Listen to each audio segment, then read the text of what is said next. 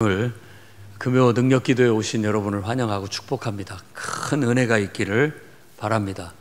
오늘 하나님의 성령의 임재와 또 하나님의 강력한 역사와 능력을 경험할 수 있기를 바랍니다. 오늘 우리가 읽은 말씀은 이제 광야에 외치는 자의 소리라는 그런 애언을 따라 이 땅에 와서 주님의 길을 예비하는 침례 요한에 대한 이야기입니다. 근데 오늘 얘기는 바로 그 침례 요한이 외쳤던 메시지, 죄사함을 얻게 하는 회개의 침례, 회개의 세례를 주는 강력한 메시지에 대한 소개를 담고 있습니다. 그래서 크게 나누자면 세 가지로 나눌 수 있겠어요. 그래서 첫 번째는 7절에서부터 9절까지 이 부분은 바로 회개에 합당한 열매를 맺으라는 침례 요한의 강력한 메시지가 담겨져 있고, 그랬더니 그 무리들이 10절에서부터 14절까지는 그럼 우리가 무엇을 하리이까? 무엇을 우리가 하리이까? 라고 질문하게 되고 그거에 대한 구체적인 행동 지침을 알려주는 내용이 나타나 있습니다. 그 다음에는 바로 메시아, 그리스도에 대한 어떤 질문을 통해서 나는 메시아가 아니다. 그러나 내 뒤에 오시는 메시아는 성령과 불로 너에게 세례, 침례를 베풀 자다 라는 그런 메시지를 전하는 내용으로 구성이 되어 있습니다. 그래서 오늘 이 내용에 제가 제일 핵심되는 제목으로 삼고자 하는 말씀은 우리는 무엇을 하리이까 라는 그런 말입니다. 요즘 세상에 정말 진실한 신앙 이걸 추구하는 사람들이 얼마나 될까라는 거 우리가 한번 깊이 생각을 해봐야 되겠어요. 나는 진실한 신앙인인가? 이거에 대한 질문이 이 강력한 이 요한의 메시지 속에 우리에게 주는 교훈이라고 할 수 있겠습니다. 그래서 첫 번째로 우리가 생각해 볼 것은 7절부터 9절 말씀인데 말씀을 한번 보겠습니다. 요한이 세례, 침례를 받으러 나오는 무리한테 이 독사의 자식들아, 누가 너희에게 일러 장차올 진노를 피하라 하더냐라고 먼저 이렇게 아주 굉장히 혹독한 가시돋친 그런 말을 합니다. 독사의 자식들아, 이 말이 굉장히 사람들에 대해서, 그러니까 어떤 요한을 좋아해서 요한의 메시지를 사모해서 그의 말을 들으러 오는 사람인데 그 사람한테 독사의 자식이라고 말하는 건 이런 의미와 같아요. 나쁘게 얘기한다면 너는 사탄의 자식이다. 여기서 우리가 생각해 봐요. 내가 하나님의 자녀인데 내가 사탄의 자녀라니? 내가 그럴 수 있을까? 이런 질문을 갖고 있는 거죠. 그리고 이 말 속에는 독사의 자식들아 라고 했을 때는 이 앞뒤 문맥, 뒤에 나와 있는 문맥을 살펴봤을 때 하나님을 진실되게 섬기지 못한다라는 것이 깔려 있습니다. 하나님을 진실되게 섬기지 못한다. 겉으로는 하나님을 섬기는 하나님의 백성인데 뒤에 설명처럼 아브라함의 우리는 후손이다. 당연히 믿음의 조상의 후손이기 때문에 우리는 믿는 사람들이다 라고 스스로가 스스로의 정체성과 스스로에 대한 자부심을 갖고 있으나 실상은 하나님을 제대로 섬기지 못하고 있다. 이런 거에 대한 어떤 반성을 촉구하는 말로서 독사의 자식들아 라고 그렇게 얘기한 겁니다. 왜냐하면 하나님을 진실되게 섬기지 못하고 하나님 말씀대로 순종하지 않는다면 하나님의 진노가 찾아오게 되는 거예요. 우리가 이스라엘의 역사 속에서도 봤을 때 결국 그들이 하나님을 저버리고 하나님 백성이라는 정체성은 잃어버리고 하나님을 섬기지 않고 마음으로 우상을 섬기고 하나님을 말씀을 순종하지 않고 자기 육신의 탐욕을 쫓아 살아갈 때 하나님께서 그들을 버리시고 그들을 하나님이 심판하셨다는 걸 역사로 알 수 있습니다. 그래서 북왕국도 망했고 남왕국도 망해서 그들을 그 약속의 땅에 있을 자격이 없다라고 해서 다 그 땅에서 쫓아내버리게 된 거예요. 그게 바로 하나님의 심판이고 재앙입니다. 우리가 지금 매일 읽은 말씀 속에는 바로 그 내용을 지금 다루고 있는 것이죠. 그런 역사의 배경을 가지고 지금 그래도 하나님 앞에 마음이 있어서 제대로 한번 믿어보려고, 나도 이제 정말 진실된 하나님을 믿는 믿음의 삶을 살아보겠다고 말씀을 들으러 나온 자들한테, 이 독사의 자식들아, 누가 너희에게 임박한 진노를 피하라고 하더냐.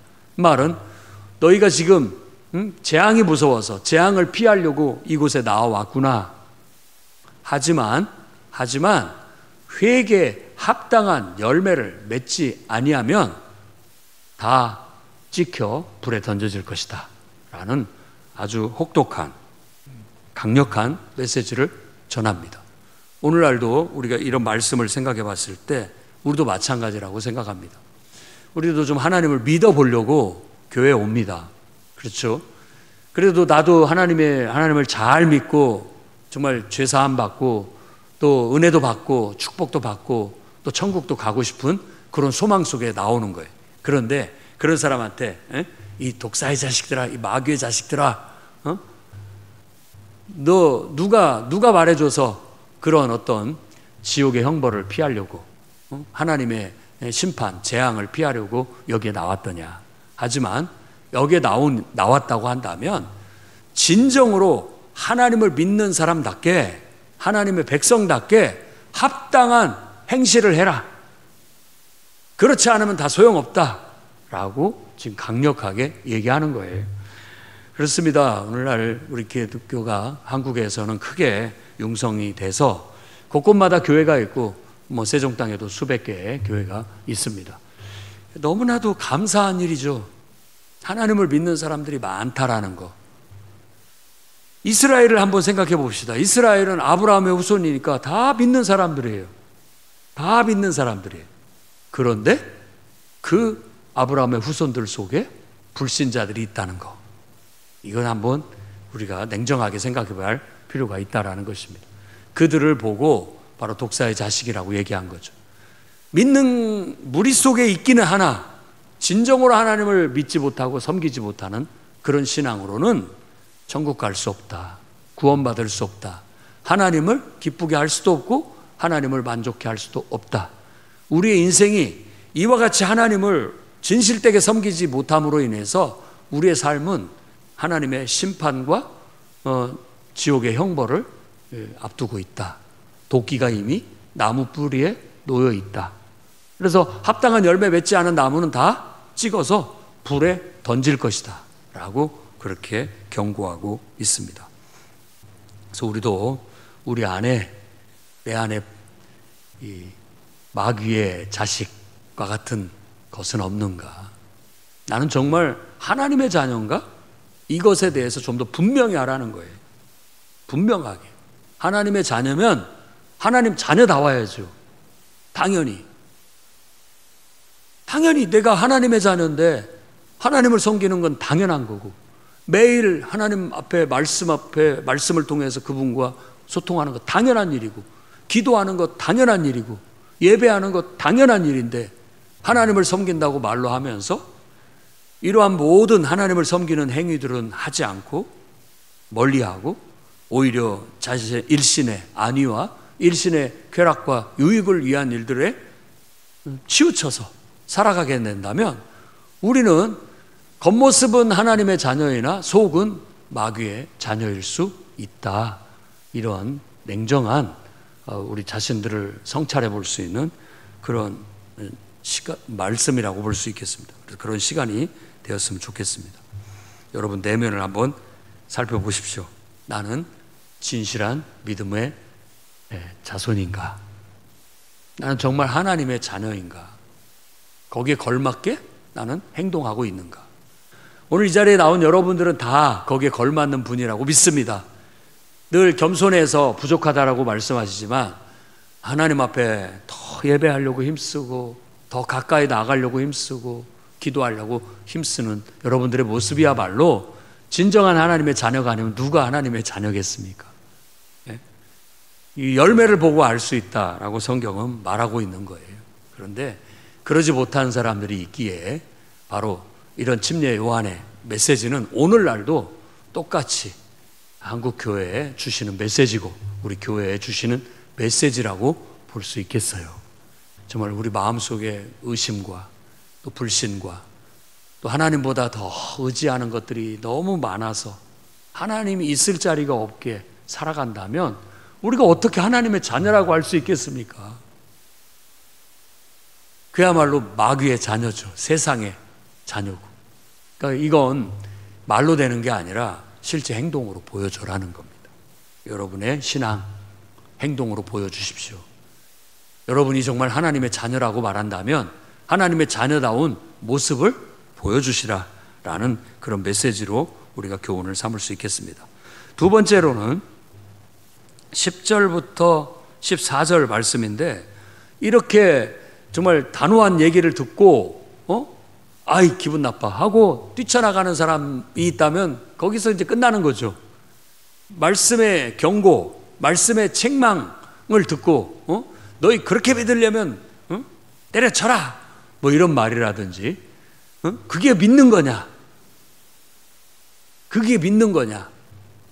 믿으려면 제대로 믿어라, 이런 지금 말을 듣고 있는 거예요. 그러면 자존심도 상하고 기분도 나빠가지고 뭐 자기 혼자만 잘나가지고 에따 모르겠다 그냥 가버릴 수 있는 거지만, 이 사람들은 그 말씀 앞에 경외함으로 그 말씀 앞에 거꾸러지는 거예요. 순종하는 거예요. 그러면 우리가 어떻게 하면 되겠습니까? 그러면 우리가 무엇을 하리까? 라고 그렇게 나오는 거예요. 이게 정상적인 하나님의 말씀을 듣는 사람의 태도라고 할 수 있죠. 요한이 기분 나빠갖고 화내면서 나한테 나를 뭐라고 한다 라고 생각하는 게 아니라, 요한의 입을 통해서 하나님께서 내게 말씀하시는구나, 나보고 하나님 자녀라면 하나님 자녀답게 살아라, 지금 그렇게 말하고 있구나, 풍요로운 교회 성도라면 성도답게 행동해라, 이렇게 지금 나한테 말하고 있구나, 그동안에 내가 그러지 못했으니까 나를 반성해야 되겠구나 라고 하는 그런 마음. 그러면 내가 무엇 하면 좋겠는가 라는 것을 이제 묻는 거예요. 요한에게도 묻지만 스스로한테도 묻는 거예요. 내가 어떻게 하면 하나님의 자녀답게 살 수 있지? 내가 어떻게 하면 정말 한 교회의 교인으로서 합당한 삶을 살 수 있지? 라고 묻는 거예요. 그랬을 때 요한은 보편적으로 얘기하기를, 옷 두 벌 있는 자는 없는 자에게 한 벌 나눠줘라, 한 벌로 족한 거 아니냐. 그리고 음식도 마찬가지예요. 먹을 것이 있어서 남는 것이 있거든 다른 사람한테 나눠줘라, 이렇게 얘기를 하는 거예요. 그러니까 이런 말들은 보편적으로 우리가 하나님을 믿는 사람이 가져야 될 어떤 사고방식, 세계관, 인생관이라고 할 수 있겠습니다. 오직 우리는 하나님을 믿고 하나님을 우리의 기업으로 삼고 하나님을 의지해서 사는 사람들이에요. 하나님을 의지해서.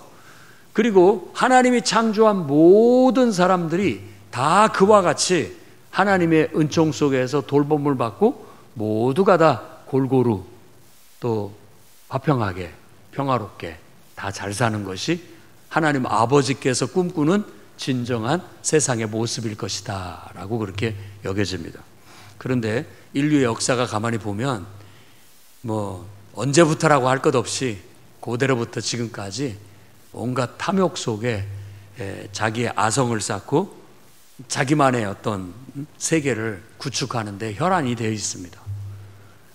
그런 모습들을 내려놔야 진정으로 하나님의 백성답고 하나님의 자녀답다라는 거죠. 그래서 우리 마음에는 늘 하나님 나라를 꿈꾸는, 하나님 나라를 소망하는 마음이 있어야 돼요.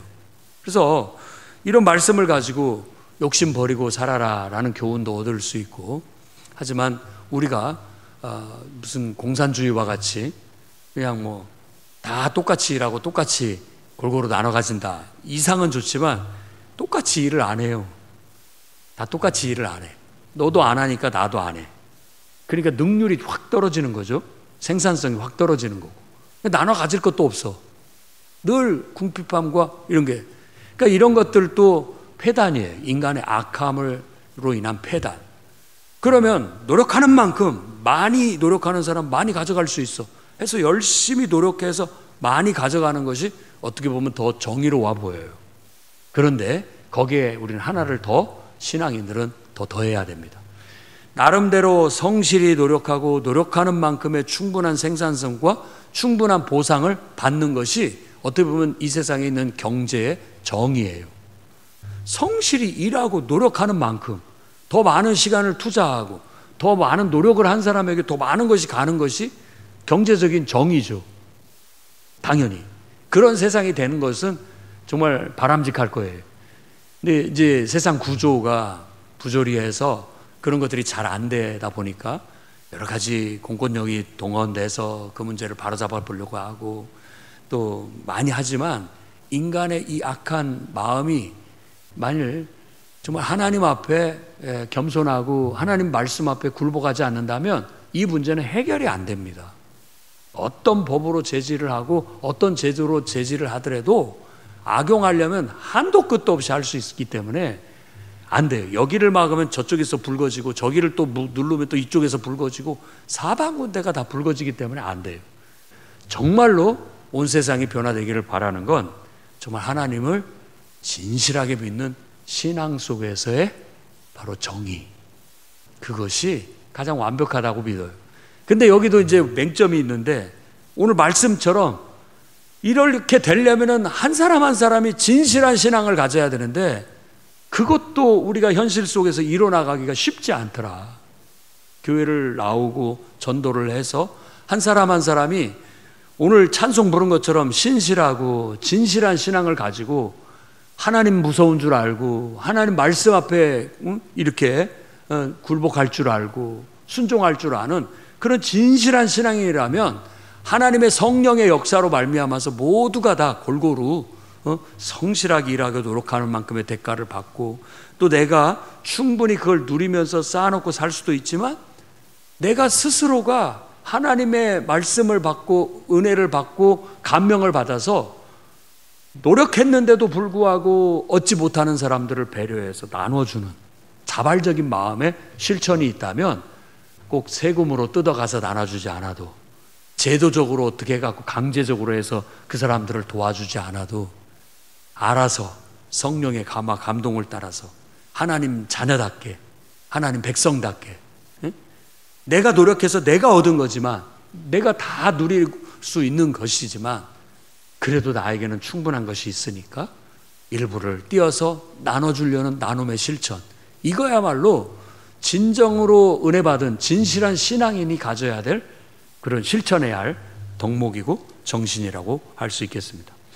그리고 이제 구체적인 두 부류가 나오는데 하나는 세리예요. 세리는 세금을 걷는 사람들이죠. 세금을 걷는 자들이 자기도 정말 하나님을 믿고 정말 하나님 자녀답게 살아보려고 하는데 어떻게 하면 되겠습니까? 라고 했을 때 네가 정한 세 외에는 더 뜯어내지 마라. 그게 정의죠. 정의. 우리는 삭개오라는 사람을 기억합니다. 그도 세리였다라는 거. 그도 많은 재산을 축적하고 있음을 알 수 있어요. 세리들이 어떻게 재산을 축적하는지는 다 암암리 압니다. 세금을 뜯어내는 데 있어서 그게 더 이렇게 뜯어내기 때문에 거기에서 남겨먹는 것들이 있다 보니까 더 부를 축적할 수 있었던 것이죠. 그런데 인간이 살면서 이 부를 축적하는 것이 큰 도움이 됩니다만은 그것이 인생의 전부는 아니에요. 그러다 보니까는 이제는 뭔가 먹고 사는 데 걱정이 없으면 또 다른 이제 말씀이 필요한 거예요. 사람이 떡으로만 사는 게 아니라고 더 높은 가치와 더 의미를 추구하고 싶어 하는 거예요. 아, 나도 정말 존경받는 삶을 살고 싶다. 나도 더 올바른 삶을 살고 싶다. 더 가치 있는 삶, 더 칭찬받는 삶 살면 좋겠다 하는 그런 마음. 돈이 다 무슨 소용인가? 이렇게 욕먹고 이렇게 외롭고 고독하게 살 바에요. 이제 그런 어떤 반성이 있으면서 그가 예수님 앞에 나아가게 됐고 예수님이 그를 받아들여 주자 그가 은혜를 받고 감명을 받아서 자발적인 마음으로 재산의 반을 뚝 잘라서 다 나눠주겠습니다. 이게 무슨 제도나 법으로 되는 게 아니잖아요. 강제성으로. 그냥 예수님을 만난 은혜로 말미암아 그 기쁨과 감격 속에서 내 재산 반절을 다 나눠주겠습니다. 그리고 내가 누구한테 정말 강제로 손해를 끼치고 해를 끼친 것이 있다면 4배로 갚겠습니다. 이게 자발적인 마음에서 나온 거예요. 그러니까 하나님을 섬기는 진정한 하나님의 자녀요 백성이라면 어떤 세상의 도덕적인 기준과 어떤 법적인 기준을 초월해서 우리는 하나님을 경외하는 신앙 때문에 이렇게 감동을 받아서 자발적으로 선을 행할 줄 알게 된다라는 거예요. 이게 진짜 믿음의 후손들이죠. 이게 진정한 아브라함의 후손들이죠. 이게 진정으로 하나님의 자녀들인 것이죠. 바로 그것을 일깨워 주고 있는 겁니다. 그리고 이제 군인들도 찾아왔습니다. 군인들도 와서 우리는 무엇을 하면 되겠습니까? 사람에게 강탈하지 마라. 거짓으로 고발하지 말고 받는 급료를 족한 줄로 알아라. 라는 그런 실질적인, 그러니까 현실 속에서 이런 일들이 제대로 이루어지지 않고 정의가 실현되지 않고 있는 바라는 걸 너무나도 잘 알고 있었기 때문에 아마 그렇게 말했을 거예요. 지금 네팔도 이렇게 혼란 속에 정부가 무너지고 그렇다고 하는데 정의롭지 못해서 그런 거죠. 정의가 없기 때문에. 법대로 정의롭게 이런 것도 법도 지키려는 마음, 또 도덕적인 윤리적인 규범도 지키려는 그 선한 마음이 일어나야 가능한 것이지, 그런 아무리 좋은 법과 도덕과 규범, 제도를 가지고 있어도 그것을 부리는 사람이 악의적으로 그걸 이용할 것 같으면요, 얼마든지 악하게 할 수가 있는 거예요.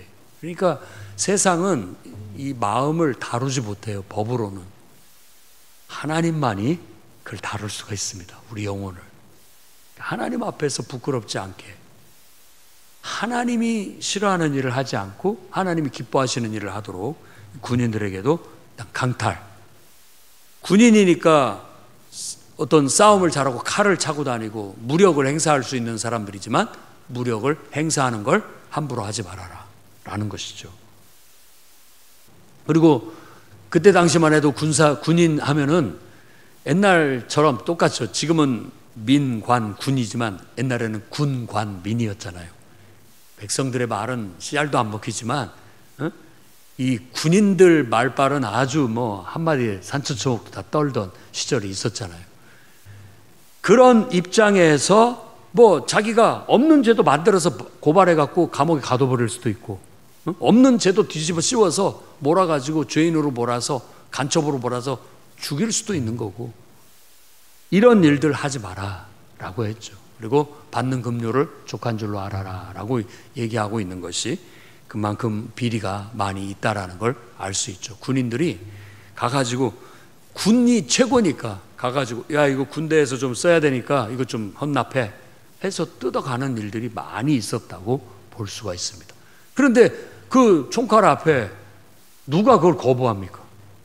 아무리 불만과 불평이 많고 그래도 할 수 없었던 거죠. 근데 그런 것들을 제도적으로도 분명히 그러지 말라고 로마의 법이나 이런 것들이 되어 있을 거지만 안 지켜지는 거예요. 인간의 마음은 보이지 않는 곳에, 제도가 미치지 못하는 곳에, 법이 미치는 못하는 곳에서 이러한 온갖 불의들이 행해질 수 있는 거예요.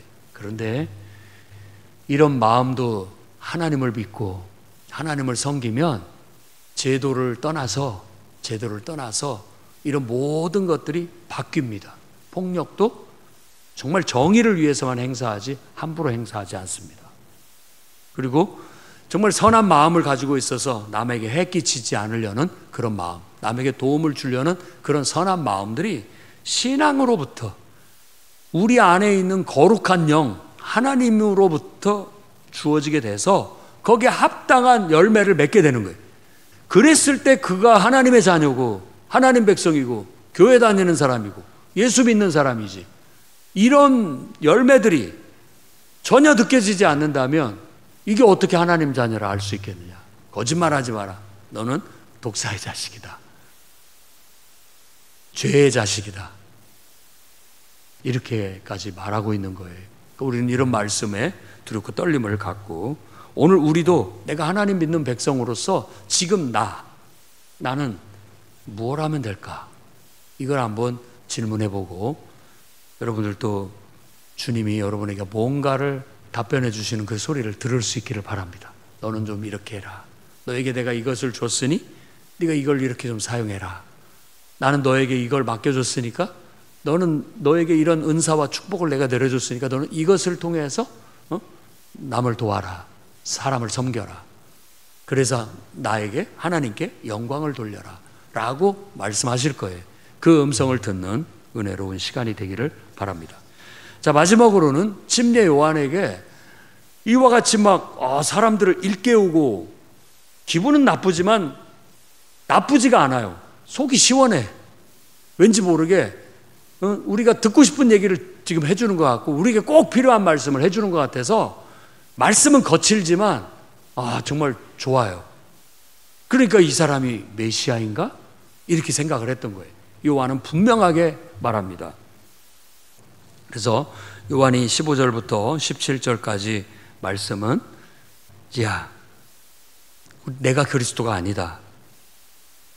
나는 물로 너희에게 세례를 침례를 베풀지만 나보다 능력이 많으신 이가 오시는데 나는 그의 신발끈을 풀기도 감당치 못하겠다. 그는 성령과 불로 너희에게 침례 세례를 베푸실 것이다. 이렇게 말합니다. 그러니까 이제 너희들은 나는 너희를 하나님께 이끌어주는 인도자에 불과하다. 정말 너희가 섬겨야 할 분은 성령과 불로 너희에게 세례를 주실 분이다. 그래서 우리가 신앙을 지도하고 가르칠 때 이걸 이 요한에게 배워야 됩니다. 그는 흥하여야 되겠고 나는 망하여야 되겠다라는 말도 이 요한이 했어요. 이 요한이. 우리가 자칫 잘못하면 하나님께로 이끌어야 되는데 하나님께로 이끌지를 않고 나를 따르게 하는 경우가 많아요. 그럴 때마다 우리가 막 백지장 한 장 차이인데 그걸 조심해야 될 부분이라고 볼 수 있습니다.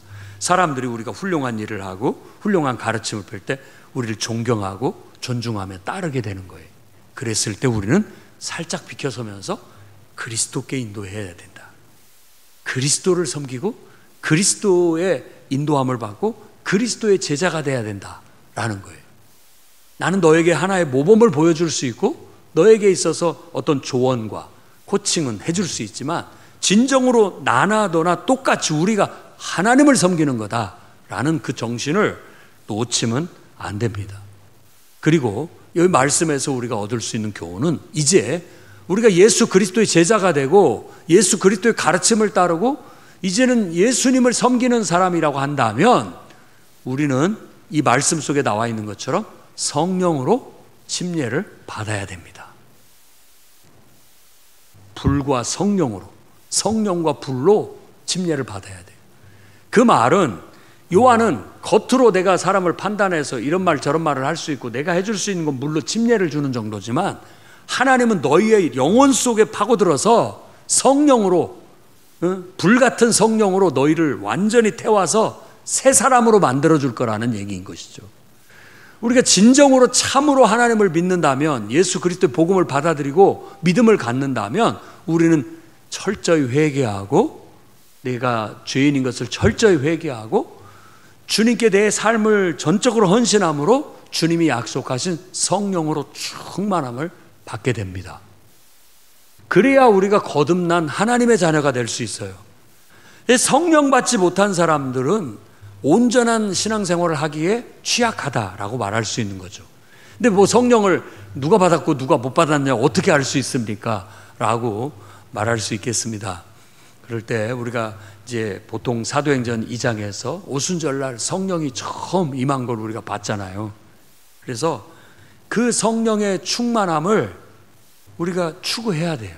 오순절날 성령이 임한 것처럼 하나님의 임재가 우리 안에 불처럼 바람처럼 임하고 성령이 충만해서 내 내면 깊숙이 하나님의 영에 완전히 사로잡혀서 그 성령의 말하게 함을 따라 다른 언어를 말할 정도, 그 정도로 우리가 충만해져야 되는 거예요. 그 말은 내가 완전히 그분께 사로잡혀서 그분의 인도하심에 취해서 따라다닐 수 있고 그분이 나에게 강력한 영향을 미쳐서 나는 그분의 영향을 받아 살아간다라는 의미예요. 그게 성령 충만함의 결과인 거죠. 그래서 내가 하는 말이 뭐에 영향을 받아서 튀어나온 말이냐, 나의 하는 어떤 결정과 행동이 무엇에 영향을 받아서 나온 거냐, 뭔 바람이 불었느냐, 성령의 바람이 불어서 되어진 거라면 그건 진정한 하나님의 자녀인 것이죠. 우리가 그렇게 신앙생활을 하고 그렇게 일상생활을 해 나가야 된다라는 것을 이 말씀 속에서 유추할 수 있는 거예요. 그리고 그렇게 온전하게 살았는지, 진정으로 하나님을 섬기고 바른 믿음으로 살았는지, 이제 그것을 심판하는 때가 와요. 그 심판자도 바로 우리를 구원하신 구원자, 십자가에 우리를 위해서 죽으신 예수 그리스도예요. 우리에게 성령을 선물로 주시고 이 땅에서 진실한 신앙을 이끌어낼 수 있도록, 진실한 성령의 열매를 맺어낼 수 있도록 지도하고 가르치고 이끌어 주신 그분이 마지막 날 우리를 평가하시고 심판하실 거예요. 손에 키를 들고 자기의 타작마당을 정하게 하셨다라는 것, 키라는 건 알곡과 쭉정이를 걸러내는 이 도구를 말하는 거잖아요. 옛날에는 도리깨라고 해서 이렇게 막 두들겨 패가지고 껍질을 까는 것도 있었고, 또 이렇게 부채 모양의 이게 이렇게 위에 들었다가 받았다 들었다 위로 공중에 날렸다가 받았다 해가지고 껍질이 바람에 날려가게 하고 알곡만 모아지게 하는, 그걸 아마 키라고 하는 거예요. 그렇게 해서 알곡을 고르겠다라는 거예요. 심판은 알곡을 고르는 거예요. 지금 에스겔서에서도 말하고 있는 시험이나 이스라엘을 향한 시험이나 심판은 알곡을 모으기 위한 겁니다. 그러니까 그런 과정 속에서 진정한 믿음이 아닌 영혼들, 사람들은 다 걸러져 버리는 거예요. 견디지를 못하고 다 바람에 날려가 버리는 거죠. 그러나 진정한 참 알곡과 같은 신자들은 모아지는 거예요. 그걸 통해서 하나님 나라는 이루어진다라는 걸 보여주고 있는 거죠. 그러니까 마지막 날 구원도 그렇게 될 겁니다.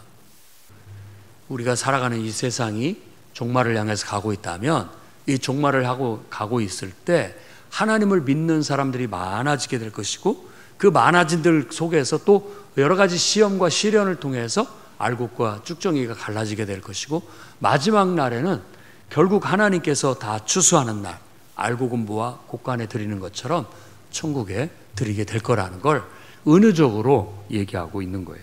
그러니 오늘 이 능력 기도에 오신 여러분들도 성령 충만을 구하시기 바랍니다. 우리가 인간의 이성적인 판단과 또 감정적인 판단과 의지적인 판단이, 그것으로는 하나님을 만족시킬 수 없어요. 거기에 우리는 성령의 감화, 감동이 들어가야 됩니다. 성령의 바람을 타고 내 감정이 움직여야 돼요. 성령의 불을 받아서 내 의지와 결단이 세워져야 되는 거예요. 그래야 우리가 하나님 자녀답게 올바로 살아갈 수 있게 되는 겁니다. 오늘 침례 요한이 광야에서 외치는 메시지를 통해서 우리는 우리 자신들을 돌아보는 시간을 가졌습니다. 정말 내가 하나님의 자녀인가? 혹은 아니면 정말 내가 말로는 하나님의 자녀라고 하면서 속으로는 이 마귀의 자녀처럼 행하고 있지는 않은가 돌아봐야 되겠습니다. 진정으로 하나님의 자녀라면 내가 무엇을 해야 할까? 그걸 구체적으로 여러분 나름대로 하나님 앞에 응답을 받고 행할 수 있기를 바랍니다. 그리고 우리가 믿는 예수 그리스도, 우리가 사람을 의지하지 않고 사람을 쫓아가는 것이 아니라 하나님을, 예수 그리스도를 믿는 사람의 모범을 따라가는 거고, 궁극적으로는 예수 그리스도를 쫓아가는 거예요. 그 예수 그리스도는 우리에게 성령을 충만하게 부어주셔서 그 성령이 내 내면의 모든 사고방식과 가치관과 세계관까지 다 변화시켜서 우리는 성령의 영향을 받아서 말하고 행동하고 판단하고 결정하고 살아가는 사람이 되어야 된다. 그렇게 온전히 살아갈 때 마지막 날 우리가 심판을 받을 때 잘했다, 충성된 종이라고 우리는 평가를 받고 알곡으로 선별되어져서 천국의 영생 복락을 누리게 될 줄로 믿습니다. 저와 여러분들이 이 시대에 이 메시지를 통해서 우리는 진짜 믿는 사람이 한번 되어보자 결단할 수 있기를 바랍니다. 진짜 진실하게 하나님을 한번 섬겨보자. 겉으로만이 아니라 나 자신만의 일신의 유익만이 아니라 정말 하나님의 영광을 위해서 진실되게 한번 믿어보는 사람이 돼보자. 짧은 인생이지만 하나님이 주신 이 인생 속에서 진실한 신앙을 통해서 열매 맺는, 그래서 하나님을 기쁘게 하고 온 세상에 유익을 주는 세상의 빛과 같은, 소금과 같은 그런 삶을 살아보자라는 그런 마음으로 오늘 여러분 마음의 결단과 고백이 있을 수 있기를 바라고, 그런 심정으로 저와 함께 끝까지 한 사람도 나고자 없이 끝까지 믿음의 승리를 이루시기를 주의 이름으로 축원합니다. 기도하겠습니다. 거룩하신 주님, 하나님 말씀 앞에 겸손해집니다. 누가 온전하다고 자부할 수 있겠습니까? 주님, 우리가 하나님의 자녀입니다. 예수 그리스도를 믿고 믿음을 결단하고 고백하고 그리스도인이 되었습니다. 한 교회의 성도가 되어 주님을 섬기는 삶을 살아가고 있습니다. 이 모든 신앙에 있어서 하나님 보시기에 합당하고 하나님 보시기에 진실되게 하여 주시옵소서. 거짓에 치우치지 않게 하시고 주님, 형식적인 것에 뒤떨어지지 않게 하여 주시고 은혜를 잃어버리지 않게 하시고 우리가 늘 보이기를 힘쓰며 하나님 말씀대로 실천하는데 더 힘을 내서 깨어 기도하고 하나님 말씀을 붙잡고 말씀에 순종하여 은혜 받으며 성령의 충만한 그 권능을 힘입어 믿음의 삶을 훌륭하게 성취해 나갈 수 있도록 붙잡아 주옵소서. 예수님 이름으로 기도드립니다.